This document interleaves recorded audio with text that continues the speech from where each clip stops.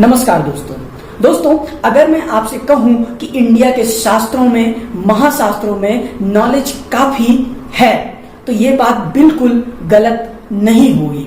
दोस्तों, आज मैं बात करूंगा आपसे तुलसीदास जी की रचना यानी कि हनुमान चालीसा के बारे में। जी हाँ दोस्तों, हनुमान चालीसा। दोस्तों, हम बिल्कुल अच्छी तरह से जानते हैं कि बेशक हनुमान चालीसा में काफी नॉलेज भरा हुआ है, लेकिन दोस्तों आज मैं उस एक लाइन की बात करूंगा जिस लाइन में पूरे यूनिवर्स को डिफाइन किया हुआ है। जी हाँ दोस्तों, महज उस एक लाइन ने इस संसार के बहुत बड़े रहस्य को क्लियर कर दिया।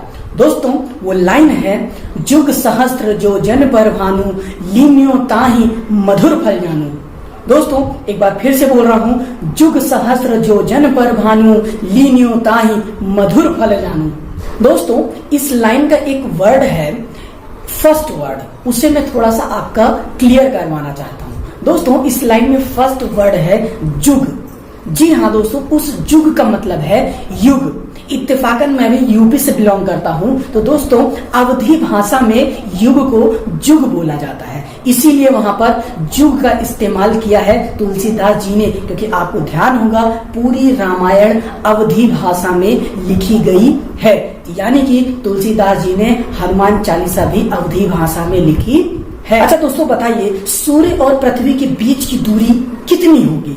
जानता हूं आज का टाइम गूगल का है, आप एक सेकंड में आंसर कर सकते हैं, लेकिन दोस्तों क्या आप इमेजिन कर सकते हैं कि 16वीं शताब्दी में बिना कोई साइंटिस्ट बने, बिना किसी सोर्स के कोई ये बता दे कि सूर्य और पृथ्वी के बीच की दूरी कितनी है? दोस्तों, अगर मैं अपने साइंटिस्ट की मानूं, वैज्ञानिकों का मानूं, तो फिर हमारे सूर्य और पृथ्वी के बीच की दूरी कितनी है ये हमें 18वीं सदी में पता चला था।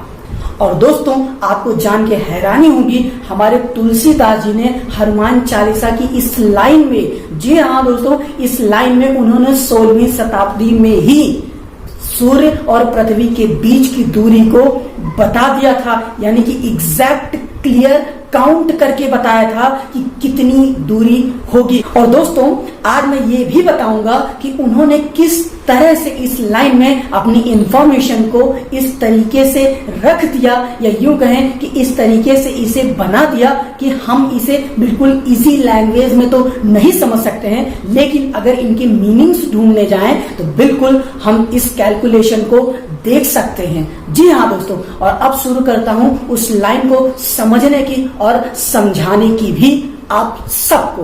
दोस्तों शुरू करते हैं। दोस्तों, यहाँ पर पहला वर्ड था एक युग। जी हाँ दोस्तों, जिसे हमने जुग बोला था, जुग का मतलब युग है, तो एक युग मतलब 12,000 साल है। और यहाँ पर दूसरा शब्द था सहस्त्र। एक सहस्त्र का मतलब 1,000 साल। और दोस्तों, योजन का मतलब है, एक योजन का मतलब 8 मील। और जब हम इन तीनों को मल्टीप्लाई करेंगे तो गाइस इसका आंसर होगा 9 करोड़ 60 लाख मील्स।